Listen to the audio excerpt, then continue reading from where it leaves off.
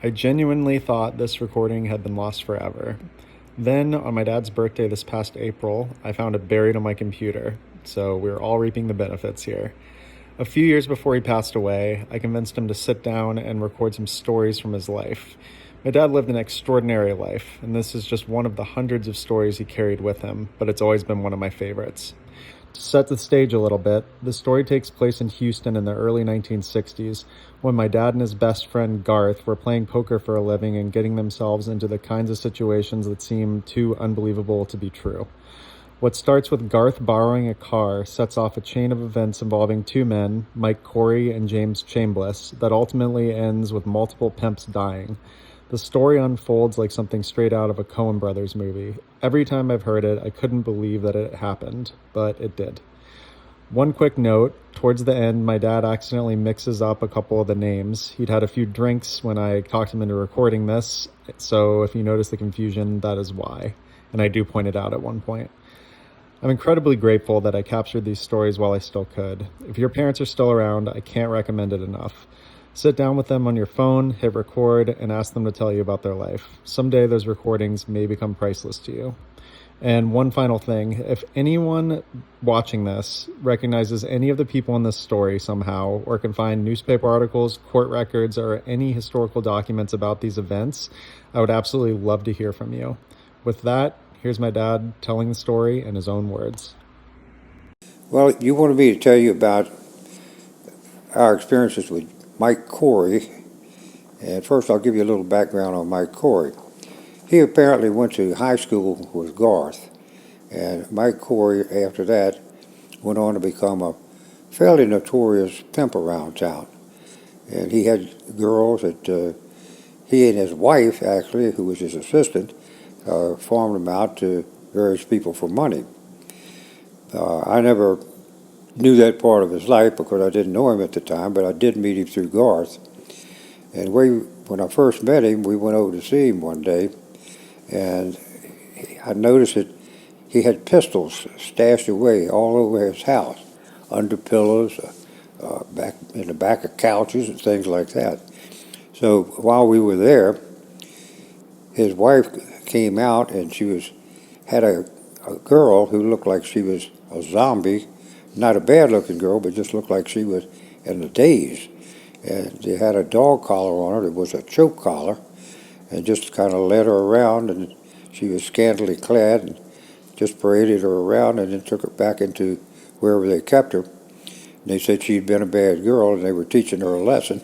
So anyway, I figured, this guy is dangerous, having guns all around and girls in choke collars. But I figured, well, it was none of my business. And it was, apparently the girl was a volunteer, but somehow he rubbed one of them wrong, so they were going to punish her a little bit. So that's the kind of guy John Corey was. He was only about 5'9", had dark hair and eyes like Charlie Manson, the good-looking guy, and he'd pick up girls and try to turn them into prostitutes. How he met his wife, I don't know, but she was in on the whole deal. So, figured that's the kind of character he was. I figured he's somebody we wanted to avoid. But Garth had an affinity for criminals, it seemed, and he kind of was fascinated with Corey's life. And one time we went over, and a man named Chambliss was there, James Chambliss, who was out on bond on a murder charge. He was being represented by Percy Foreman, who was the foremost criminal attorney in Texas, or maybe the whole country at the time. He never had a conviction that led to an execution, and they executed a lot of people in Texas in those days. Well, John Corey had a Doberman Pinscher, and Chambliss had a Doberman Pinscher, and so they wanted their dogs to fight, so they went in the backyards with their dogs and somehow found a lizard and had him dangling from a string between the two dogs, tormenting the lizard and the dogs. So they were barking and trying to get the lizard and started fighting each other over it. And that was exactly what Corey and Chambliss wanted. So the dogs got in a big dog fight, and it turned out that they saved Mike Corey's dog probably just in time because the other dog had put gashes all over his body. So we ended up taking the dog to a veterinarian, and he patched him up and sewed him up, and he said the dog couldn't even feel what he was doing, and he would take a scalpel and jab it into the wounds just to prove that the dog couldn't feel it. And apparently the dog didn't feel it because he didn't put up any struggle. Anyway, they sewed him up and took him home. And as far as I know, he survived. But I'm just giving you this as background because it later turned out that Mike Corey and Chambliss got into some sort of feud, and they were out to get each other. And about that time, Garth owed Mike Corey some money or something and decided to give him a 47 Chrysler we had. And at the time, I was working for Shell Oil Company, and I got good credit, and I bought a new Chevy. And Garth ended up giving the car to Mike Corey. And in the meantime, I'd say a few days later, a week or so later, we went to Gene Tao's house, and we're all having some drinks, and Garth was in his terry cloth shorts, and I guess barefoot, which he usually was. He carried a carton of cigarettes in one pocket and a bunch of kitchen matches in a box in the other pocket, and that's about all he carried around. But during the course of the conversation, everybody was teasing Garth, telling him he'd make a great heavy in the movies. He'd be another Mike Mazurki. And Garth knew who that was. He was a big character actor that played in movies, and he usually played crazy criminals. So Garth got the idea he wanted to go to Hollywood and become a movie star and be a heavy in the movies. And they egged him on, and he decided, well, that's what he would do. He wanted to know if I'd let him have my car, and I said, no, you can't have my car. I need that car to work. So he decided that he'd go get the car from Mike Corey, figured Mike would let him have it back so he could drive to California, and then he got a credit card from Paul Finberg so he'd be able to buy big gasoline along the way. And anyway, I dropped him off at Corey's house, and Corey wasn't there. I happened to have another key to the Chrysler that I was going to give him when I saw him. So Garth said, you still got that key? I said, yeah. He said, okay, let me have it. I'm on my way. And I let him go, and he took off out of town. So at the time, we were kind of going bad. Instead of living in a fancy apartment house with swimming pools and things, we were just in a kind of a rooming house. We each had a room. And about, I'd say 2-3 hours later, Garth comes knocking at my door, shivering. It was cold as hell out there. The car heater wouldn't work, so he came back. Well, we didn't think anything about it, but Mike Corey did. Mike went home, and when he found the car was gone, he knew it had been stolen, and he thought there was only one person in the world that would have enough nerve to steal his car, and that was Jim Chambliss.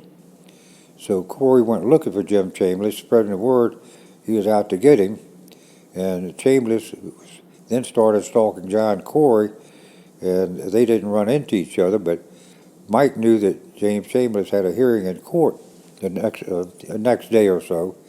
So Mike Corey just went to the courthouse and hid behind some brick pillar, and when Chambliss came out, Corey just stepped out from behind the pillar and shot him about 6 or 7 times, and then when he fell to the ground, Corey kicked him in the face, and of course he was arrested for murder himself. But he got Percy Foreman, and he got out on bond. So both of them had the same lawyer? Well, after Chambliss was dead, I guess Percy Foreman figured he had no conflict, so Percy Foreman charged so much money, he just figured out what somebody could pay. If they couldn't pay cash, he had a warehouse full of goods that he had taken from criminals to represent him. So Corey was represented by Percy Foreman, and while he was out on bond, he was going to a party one night, but before he got there, some girl was there, and she was taunting her boyfriend and telling him that she was going to take up with John Corey and let John Corey be her pimp. And I didn't witness any of this, but it was written up in the paper, and anyway, it was pretty much common knowledge what happened. So the boyfriend, John Corey came in the door and came over to where they were seated, and the boyfriend pulled a pistol and pointed at Corey's head, and Corey said something like, "No, man, don't." Bang. He got shot in the head, and he was killed.